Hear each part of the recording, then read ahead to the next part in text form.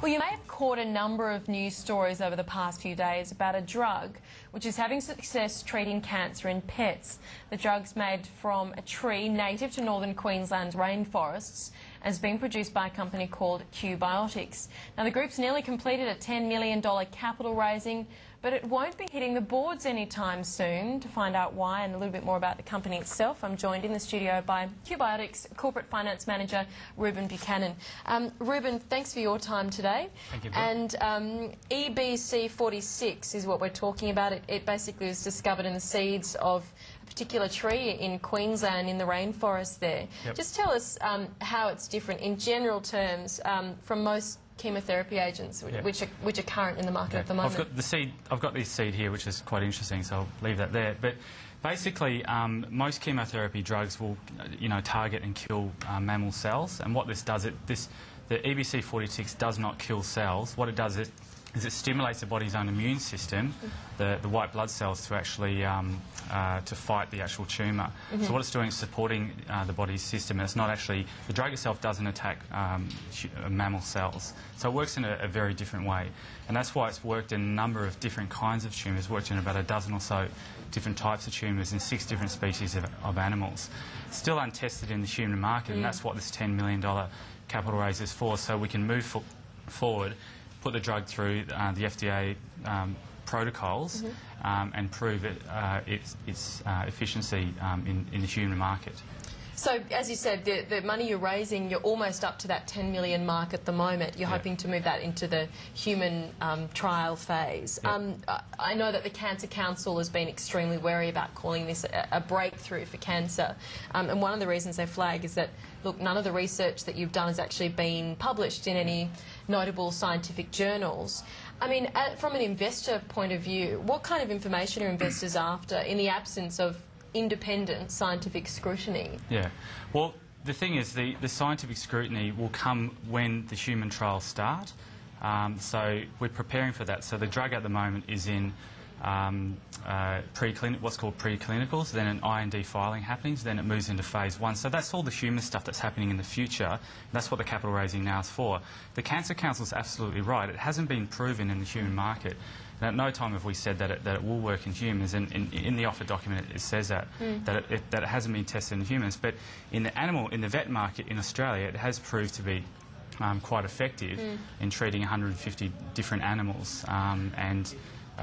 Dogs, cats, horses, mostly the ones that have been treated, and most of the time the tumour's gone within 3 to 5 days. It's disappeared.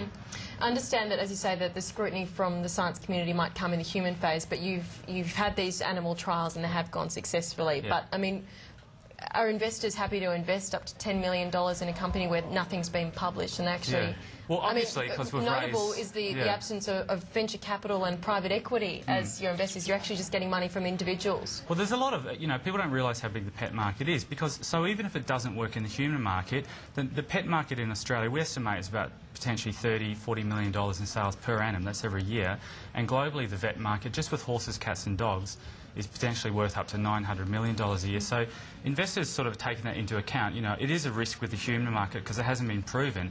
So if it proves to not work in the human market, then there's still a almost $900 million opportunity in the global vet market. A lot of animals get cancer, and a lot of the individual investors who have been supporting the company are people who have either had their pet treated or have an animal that actually has cancer, and they really want to support the company and make sure it gets right through into the vet market. So we've raised $9.4 million so far, so we're very close to closing the $10 million capital raising, and that money's all going towards proving its effectiveness in the actual human market. It's quite expensive to develop a drug. Yeah. Do you know roughly how many investors you've got? Because I know some of them were high net worth individuals, so some people roughly would have about 500 people so far, represents that $9.4 million.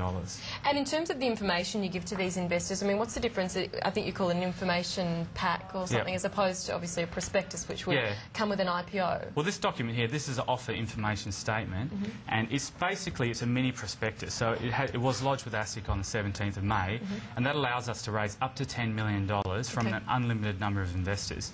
So, you know, it costs us quite a bit of money and a bit of time to produce this document, but in here it's got all the information that investors need. And, you know, if it's not for their risk profile, like if they want listed shares, if they want dividends, and if they want a lower risk investment, this certainly isn't for those kinds of investors. But there's plenty of people around who want to support, you know, what the company's doing and are comfortable with the proof that it has had in the animal market so far. With the private equity and venture capital being absent as investors in this, I've looked. I mean, so they've looked. That's what I was going to ask. Have they shown interest and walked away? There's been a little bit of interest. I'm reasonably well connected with the venture capital market in Australia through another business that I have called Wholesale Investor. So we, you know, QBiotics has been marketed out through into the entire venture capital and private equity industry in Australia through Wholesale Investor magazine. We've had a couple of inquiries, but you know the way that they invest is they like to take their time, they like to understand what the business is, they like to get onto the board, they normally like to have some kind of control over where the business is actually going to protect their investment. That's fair enough. But because we want to advance the drug into human trials so quickly, we don't really want to sit around for the next 6 months whilst the venture capitalists, you know, do their due diligence. So the company's comfortable with the amount of research that's been done so far, and we're ready to sort of move into human trials now. And I guess then you don't have to surrender much influence or control to any group like a private equity or a venture VCs, capital? they tend to always want to take a board seat, which is fine, and that can add a lot of value to a lot of companies. But you know the board's pretty well developed at the moment, and you know this company's 6 years old, and over $7 million has been invested so far into drug to get it to this point here. So the board's pretty confident that they've got what it takes to actually take it through into phase 1, phase 2 human trials. The idea is not to float the company. The idea is actually to prove the company in the human market, prove the drug in the human market, and then look at partnering with or selling the drug to one of the very large pharmaceutical groups who are big in the oncology space. That's the plan. So an IPO, not even an option really down the track that you're looking at any point? You can never rule it out, but you know, a company that's not producing revenue and no profit to speak of, and especially in the biotechnology space, the board's decided that it's just not a great option to go public right now. But not to say it may not happen in the future, but the current plan is get it into phase 2, prove that it works in humans, and then look at doing a deal with one of the large pharmaceutical groups. And as you said, if you go to that human stage and it doesn't end up being the cure to cancer, you've got the veterinary market, which you established is a pretty lucrative one anyway. Market. When would this be commercially available then for pets? Because it's currently been registered. It's been registered at the moment. It should be available before the end of the year under what's called a minor use permit through vets. You know, people have to buy it through the vets. They can't buy it from the company itself. So it gets distributed through the vets. Currently there's 55 vets that have been using the drug, but we'll make it widely available to all vets throughout Australia and New Zealand under the minor use permit. So and there's a huge, you know, the amount of people that are calling us with pets that have got cancer, a tumour, a solid tumour. We've got a list, you know, a mile long of people waiting for the drug. So there's plenty of demand out there, and that should produce a reasonable amount of revenue for the company in the short term.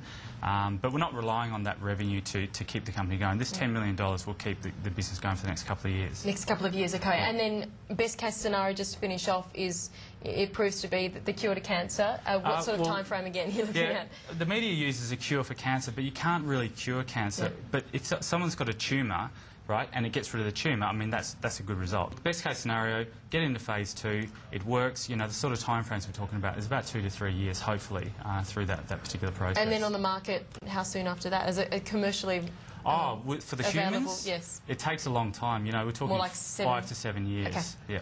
Fascinating, Reuben, and great to chat to you about the investment angle, because as we said, that's been in the media a bit the last couple of days. We appreciate your time. Thank you. Thank you. That's Reuben Buchanan there. Okay.